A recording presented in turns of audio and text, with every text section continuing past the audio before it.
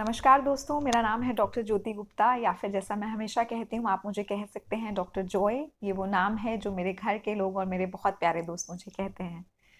तो आज हम बात करते हैं एक टॉपिक के बारे में जिसके बारे में थोड़ी सी इन्फॉर्मेशन मैं पहले आपको दे चुकी हूँ।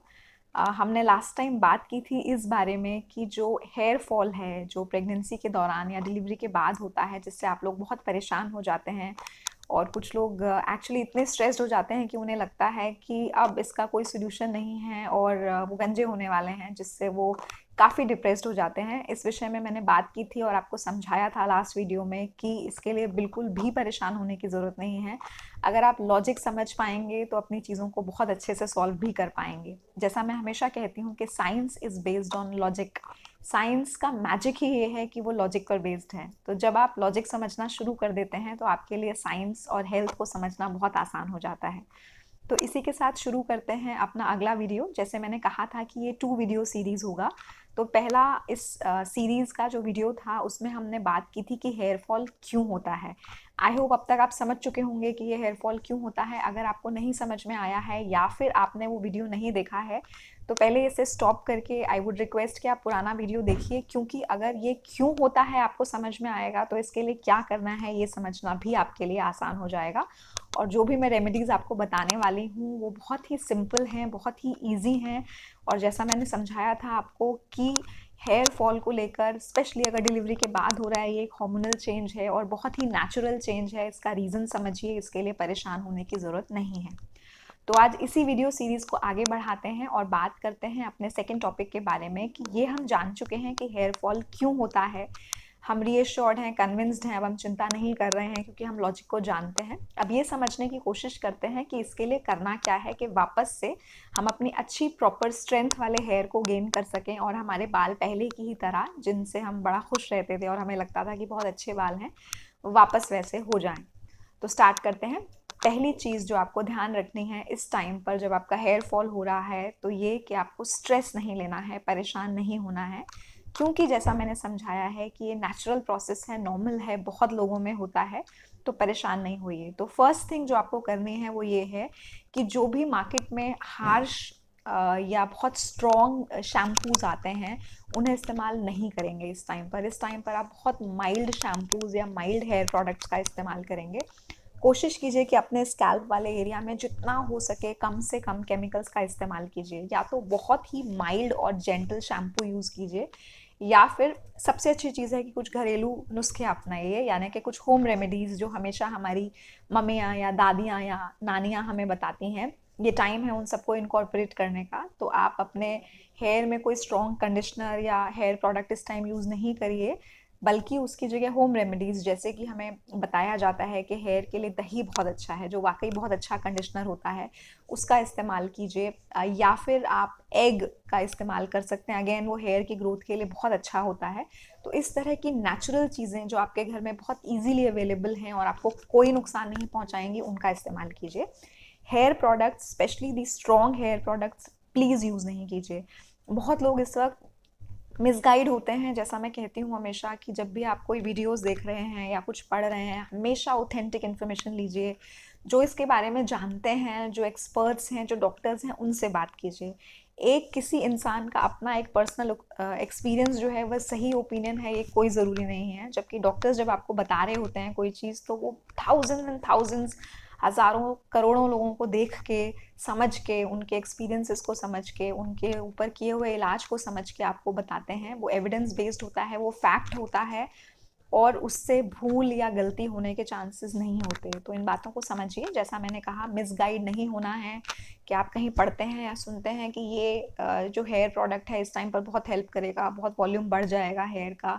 ऐसा कोई हेयर प्रोडक्ट यूज़ नहीं कीजिए। बहुत सारे ऐसे हेयर प्रोडक्ट्स होते हैं जिनके बहुत साइड इफ़ेक्ट्स होते हैं, आपके ब्लड प्रेशर को बढ़ा सकते हैं और तरह की बीमारियां आपके अंदर पैदा कर सकते हैं। तो मिसगाइड नहीं होना है। कोई हार्श, स्ट्रॉन्ग या किसी भी तरह का केमिकल हेयर प्रोडक्ट जो ये क्लेम करता है कि वो आपके बालों को बहुत अच्छा कर देगा प्रेगनेंसी के बाद, प्लीज़ इस्तेमाल नहीं कीजिए। नेचुरल चेंज है, कुछ टाइम में वैसे भी आपके हेयर रीग्रो हो जाएंगे और नॉर्मल हो जाएंगे।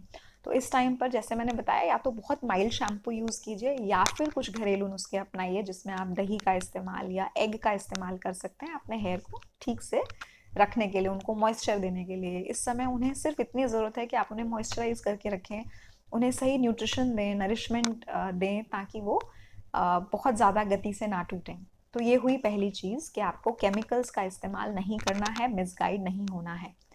दूसरी चीज़ जो आप कर सकते हैं, बहुत ही सिंपल चीज़ है कि जब आप अपने हेयर को बांधते हैं, जैसे जब आप मदर बन जाते हैं तो बच्चे के साथ ही इतना बिजी हो जाते हैं, घर के काम और वर्किंग है तो ऑफिस के भी काम, साथ में बच्चे के काम, इतना कुछ हो जाता है आपकी लाइफ में कि आपके पास अपना ध्यान रखने के लिए बिल्कुल समय नहीं होता। तो उस टाइम ज़्यादातर पेशेंट्स या ज़्यादातर जो फीमेल्स होती हैं वो क्या करती हैं कि ऐसे टाइट बांध के एक पोनी टेल बना लेती हैं और अपने काम करती हैं, या फिर ऐसे टाइट से उसको जूड़ा बनाकर अपने घर के सारे काम करना शुरू कर देती हैं, because that is the easiest thing to do.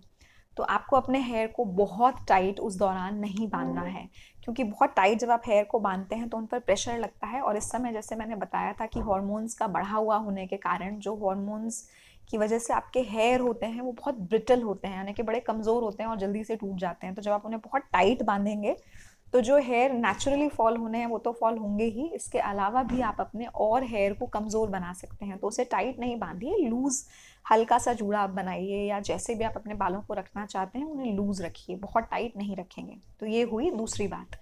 तीसरी बात क्या है? तीसरी ज़रूरी बात यह है कि जब आप कोम का इस्तेमाल करते हैं या कंघी का इस्तेमाल करते हैं, तो कुछ कंघियाँ होती हैं जो बड़े ही पतले महीन दांतों वाली होती हैं, उनका इस्तेमाल इस दौरान नहीं करेंगे। अपने बालों में जितना हो सके ट्रॉमा या चोट आपको कम पहुंचानी है, तो आप जो कंघी का इस्तेमाल करेंगे, मेक श्योर कि उसके अंदर जो ब्रिसल्स हैं वो बहुत वाइड हों, मोटे हों, और मोटी कंघी जो आती है या मोटा कंघा जो आता है उसका इस्तेमाल कीजिए। उससे कंफर्टेबल रहेगा, आपके हेयर के अंदर चोट नहीं लगेगी, आपकी जो हेयर रूट्स हैं वो डिस्ट्रॉय नहीं होंगी, और जो नेचुरल प्रोसेस है वो बड़े आराम से हो जाएगा। जो हेयर फॉल होने हैं वो फॉल होंगे, जो अच्छे हेयर हैं, जो हेल्दी हेयर हैं, जिन्हें फॉल नहीं होना चाहिए, उनको अननेसेसरी चोट नहीं पहुंचेगी और उन्हें कोई नुकसान नहीं पहुंचेगा।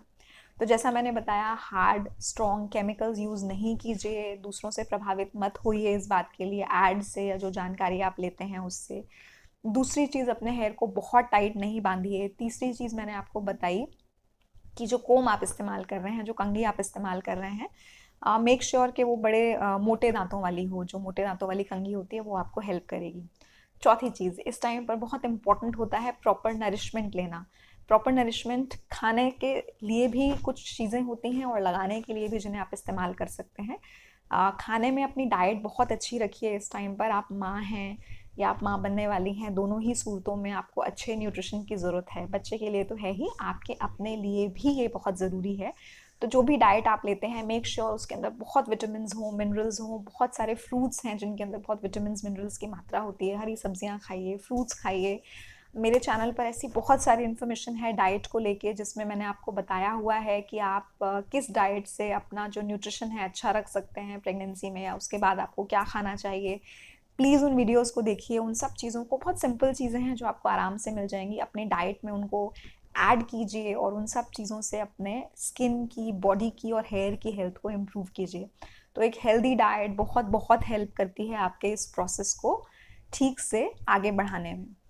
फिर जो आखिरी चीज़ है जो आपको समझनी है वो ये है कि बहुत बार ऐसा होता है कि जब आपकी डिलीवरी हो जाती है, डिलीवरी होने के बाद आपको कई सप्लीमेंट्स दिए जाते हैं। आप ड्यूरिंग प्रेगनेंसी आयरन, कैल्शियम या इस तरह की टैबलेट्स या प्रोटीन्स ले रहे होते हैं, जो डिलीवरी के बाद भी आपको कहा जाता है कि आपको कम से कम 2-3 महीने तक कंटिन्यू करने हैं। ज़्यादातर लोग डिलीवरी होने के बाद इन चीज़ों को नज़रअंदाज कर देते हैं, आयरन कैल्शियम नहीं लेते हैं, उन्हें लगता है कि अब ज़रूरी नहीं है, अब तो बच्चा हो गया, बच्चा स्वस्थ है, सब कुछ ठीक है। ऐसा नहीं है, इनका रोल अभी भी ख़त्म नहीं हुआ है। एटलीस्ट कम से कम 3 महीने उन आयरन और कैल्शियम की दवाइयों को या प्रोटीन्स को प्लीज़ ऐड कीजिए, लीजिए, क्योंकि जैसा मैंने कहा, ना सिर्फ आपकी बॉडी के लिए वो ज़रूरी हैं, आपकी स्किन के लिए, आपके हेयर के लिए भी वो बहुत बहुत इंपॉर्टेंट रोल प्ले करते हैं।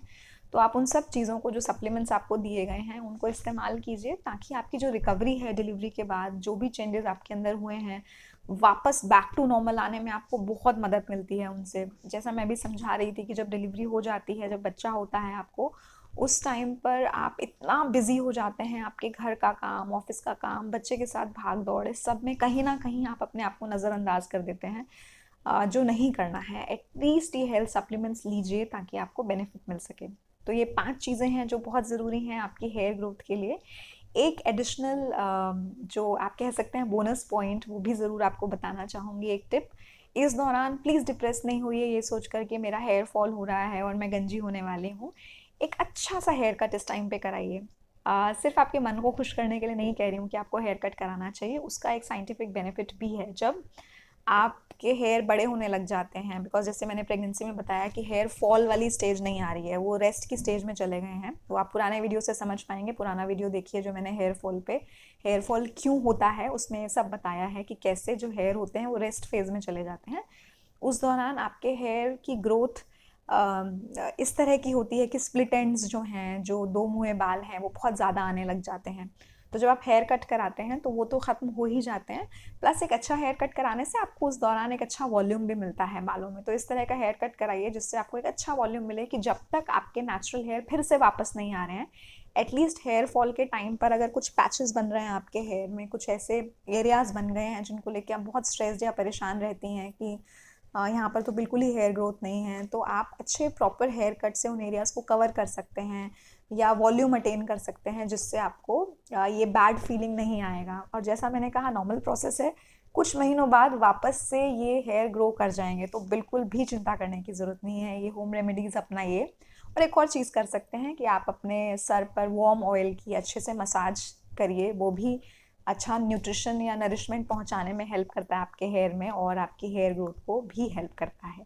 तो आई होप ये सारी बातें आपको समझ में आई। बहुत सिंपल सी, प्यारी सी, छोटी सी टिप्स हैं जिनको अगर आप यूज़ करेंगे तो आपके स्ट्रेस लेवल्स बहुत कम रहेंगे, हेयर बहुत सुंदर और बहुत शाइनी और बहुत अच्छे ग्रो करेंगे। एंड जितनी खुशी आपको अपने बच्चे को देखकर मिलेगी डिलीवरी के बाद, उतनी ही खुशी आप अपने बालों को देखकर भी महसूस करेंगी। आई होप ये वीडियो आपके लिए यूज़फुल रहा। इस बारे में कमेंट बॉक्स में ज़रूर लिखिए, मैं जानना चाहूँगी कि आपको ये वीडियोस कैसे लग रहे हैं और आप और किन बातों के बारे में आगे बात करना चाहते हैं। With that I am signing off. Thank you so much for watching. खुश रहिए, स्वस्थ रहिए, be happy and be healthy. Thank you so much.